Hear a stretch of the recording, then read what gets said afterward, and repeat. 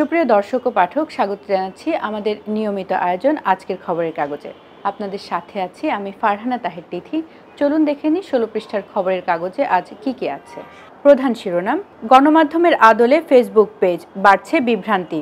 লোগোর হুবহু ব্যবহার, খাদ্যের মতো তথ্যেও ভেজাল হয়। রাষ্ট্রীয় পলিসি নির্ধারণ ও মিডিয়া লিটারেসি বাড়াতে হবে সাইফুল আলম চৌধুরী।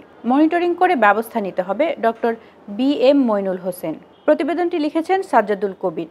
দেশের প্রথম সারির পত্রিকা, অনলাইন, টেলিভিশনের লোগো কপি করে তৈরি হয়েছে একাধিক ফেসবুক পেজ। মজা করার উদ্দেশ্যে এসব পেজ তৈরি করা হলেও এগুলো নিয়ে এখন ব্যাপক বিভ্রান্তি ছড়িয়ে পড়ছে। এসব পেজে অপতথ্য, ভুয়া খবর ছাড়াও প্রচুর রাজনৈতিক কন্টেন্ট পোস্ট করা হচ্ছে। এমনকি মূল গণমাধ্যমের কন্টেন্টও কপি করে ছাড়া হচ্ছে পোস্ট। এভাবে জনপ্রিয় গণমাধ্যমের নাম, লোগো ব্যবহার করে নকল বা ভুয়া পেজ খোলায় সেসব গণমাধ্যমের বিশ্বাসযোগ্যতার প্রশ্নের মুখে পড়ছে। রেপুটেশন বা সুনাম ক্ষতিগ্রস্ত হওয়ার নতুন চ্যালেঞ্জে পড়েছে গণমাধ্যম। তাই অপতৎপরতা রোধে এখনই কার্যকর পদক্ষেপ নেওয়ার কথা বলছেন বিশেষজ্ঞরা। যাচ্ছি পরের সংবাদে। মনোনয়নপত্র গ্রহণ ও জমার সময় বাড়ল। ডাকসুতে লড়বে 10 প্যানেল। মোট মনোনয়নপত্র সংগ্রহ 565 ও হল সংসদে 1226। চূড়ান্ত হয়নি ছাত্রদলের প্যানেল। একটি হলে ফর্ম গ্রহণে বাধার অভিযোগ। জোটবদ্ধ হয়ে লড়বে বামরা। বিভিন্ন ব্যাংকে চলছে ছাঁটাই, কর্মীরা আতঙ্কে। ইউক্রেনের নিরাপত্তার পাশে থাকব ট্রাম্প। হোয়াইট হাউসের বিরল বৈঠকে ইইউ নেতাদেরও যোগদান। ন্যাটো ও ক্রিমিয়ার দাবি ছাড়তে হবে। মায়ানমারের নির্বাচন 28 ডিসেম্বর। অংশ নিচ্ছে 55 দল। আনন্দমোহন কলেজ, মুচলেকা নিয়ে অধ্যক্ষকে বিদায়। ডিবি হারুন সহ 18 পুলিশ কর্মকর্তা সাময়িক বরখাস্ত। লক্ষ্য প্রকল্প বাস্তবায়নে জটিলতা নিরসন। 60 সচিবকে নিয়ে কর্মশালা আজ। যাচ্ছি 3 পৃষ্ঠার খবর পাতায়। পরিবেশের প্রতি সদয় না হলে কপালে মাছ নাও জুটতে পারে, প্রধান উপদেষ্টার সতর্কবার্তা। মাইলস্টোনে যুদ্ধবিমান বিধ্বস্ত, আহতদের দেখতে হাসপাতালে ব্রিটিশ হাইকমিশনার। এনবিআরের আরও 5 কর্মকর্তা বরখাস্ত। যৌথ ব্যবস্থাপনায় যুক্ত হচ্ছে 3 রেলওয়ে হাসপাতাল। সাঁওতালদের ওপর হামলাকারীদের শাস্তির দাবি। সাপের কামড়ে মৃত্যু, উপজেলা হাসপাতালে অ্যান্টিভেনম সরবরাহের নির্দেশ। চলে যাচ্ছি বাণিজ্যের খবর নিয়ে সাজানো অর্থকড়ি পাতায়। মূল্যস্ফীতির চাপে কমেছে আমানত। জুনে প্রবৃদ্ধি কমে দাঁড়ালো 8%। 1 টাকাও খরচ করতে পারেনি 11 মন্ত্রণালয়। জুলাইয়ে এডিপি বাস্তবায়নের চিত্র। রপ্তানি খাত, জ্বালানি সংকট না কাটলে লক্ষ্য পূরণ কঠিন হবে। বাংলাদেশ চীন প্রদর্শনী 12 সেপ্টেম্বর শুরু। আন্তর্জাতিক বাণিজ্য মেলার নাম বদলে হলো ঢাকা বাণিজ্য মেলা। চলে যাচ্ছি বিনোদনের খবর নিয়ে সাজানো রং পৃষ্ঠায়। অনন্য এক বৃষ্টি। বিটিভির গানে 4 জন। রেজার নতুন গান ভাঙা মন। গুজব উড়িয়ে দিলেন সুইফট। নতুন কমেডি ধারাবাহিক গিট্টু। দীপিকাকে শাহরুখের উপদেশ। কিংবদন্তি অভিনেতা টেরেন্স স্ট্যাম্প আর নেই। যাচ্ছি সারা দেশের খবর নিয়ে সাজানো খবর পাতায়। সেতুটি স্বপ্ন উন্নয়নের প্রতীক। তৃতীয় তিস্তা সড়ক সেতু চালু হচ্ছে কাল। এই সেতু চালু হলে কুড়িগ্রাম থেকে ঢাকার দূরত্ব 90 থেকে 100 কিলোমিটার কমে যাবে। এতে সময় ও খরচ দুটোই সাশ্রয় হবে। সোনাহাট স্থলবন্দর আর চিলমারী নদীবন্দরের সঙ্গে সরাসরি যোগাযোগ স্থাপন হবে।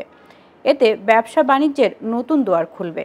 জুলাই বিরোধী কার্যক্রম, ইবিতে 19 শিক্ষক সহ 61 জনের বিরুদ্ধে শাস্তির সুপারিশ। আনিসুল হক ও হেলাল উদ্দিন নতুন মামলায় গ্রেফতার। সাভারকে ডিগ্রেডেড এয়ারশেড ঘোষণা। সমুদ্রে 3 দিন ধরে ভাসতে থাকা 8 জেলেকে উদ্ধার। বার্কি নাও নিয়ে বিপাকে শ্রমিকরা। সিলেট অঞ্চলে প্রায় 300 বছরের পুরনো বার্কি নাও চলাচলের প্রধান বাধা এখন প্রশাসনের অভিযান।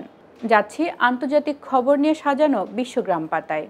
গাজা সিটিতে হামলা বৃদ্ধি ইসরায়েলের। সোমবার ভোর থেকে অন্তত 19 জন ফিলিস্তিনি মারা গেছেন। রাশিয়ার তেল কেনা থামাতে হবে ভারতের। আলোচনার মধ্যেই ইউক্রেনে ড্রোন হামলা রাশিয়ার। সিরিয়ায় খরার মুখে কমেছে গমের উৎপাদন। চলুন জেনে নিই দেশ বিদেশের খেলার খবর নিয়ে সাজানো খেলার ভুবন পাতায় কি আছে। উডের ক্লাসে জাকের আলী। ক্যাচের বলে হবে ছক্কা। ট্রফি স্পর্শ করতে চান জাকের।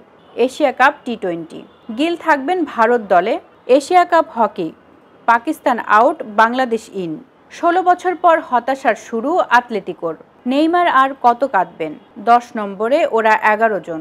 চলুন জেনে নিই খবরের কাগজের শেষ পৃষ্ঠায় কি আছে। অর্থ সংকটে উন্নয়ন ঢিমে তালে। ঢাকার 2 সিটি কর্পোরেশন। লক্ষ্যমাত্রার অর্ধেক রাজস্ব আদায় হয়নি।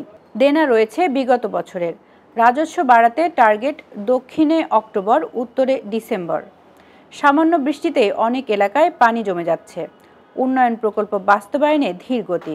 নারীর প্রতি সহিংসতা থেমে নেই, 7 মাসে স্বামীর হাতে 133 খুন। বিচারের সংস্কৃতি গড়ে ওঠেনি, তাই নির্যাতনের ও হত্যার শিকার নারীরা বিচার পাচ্ছেন না, বলেছেন বাংলাদেশ মহিলা পরিষদের সভাপতি ফৌজিয়া মুসলিম। অধ্যাপক ডক্টর মোহাম্মদ ওমর ফারুক বলেছেন, প্রযুক্তির ব্যবহার ও বিবাহ বহির্ভূত সম্পর্কের কারণে হত্যাকাণ্ড বাড়ছে। ডিসি মোহাম্মদ তালেবুর রহমান বলেছেন, নারী শিশু নির্যাতনের মামলাগুলো গুরুত্ব দিয়ে তদন্ত করা হয়। জঙ্গি নাটক, 7 জনকে হত্যা, সাবেক আইজিপি জাবের সহ 5 জনের বিরুদ্ধে পরোয়ানা।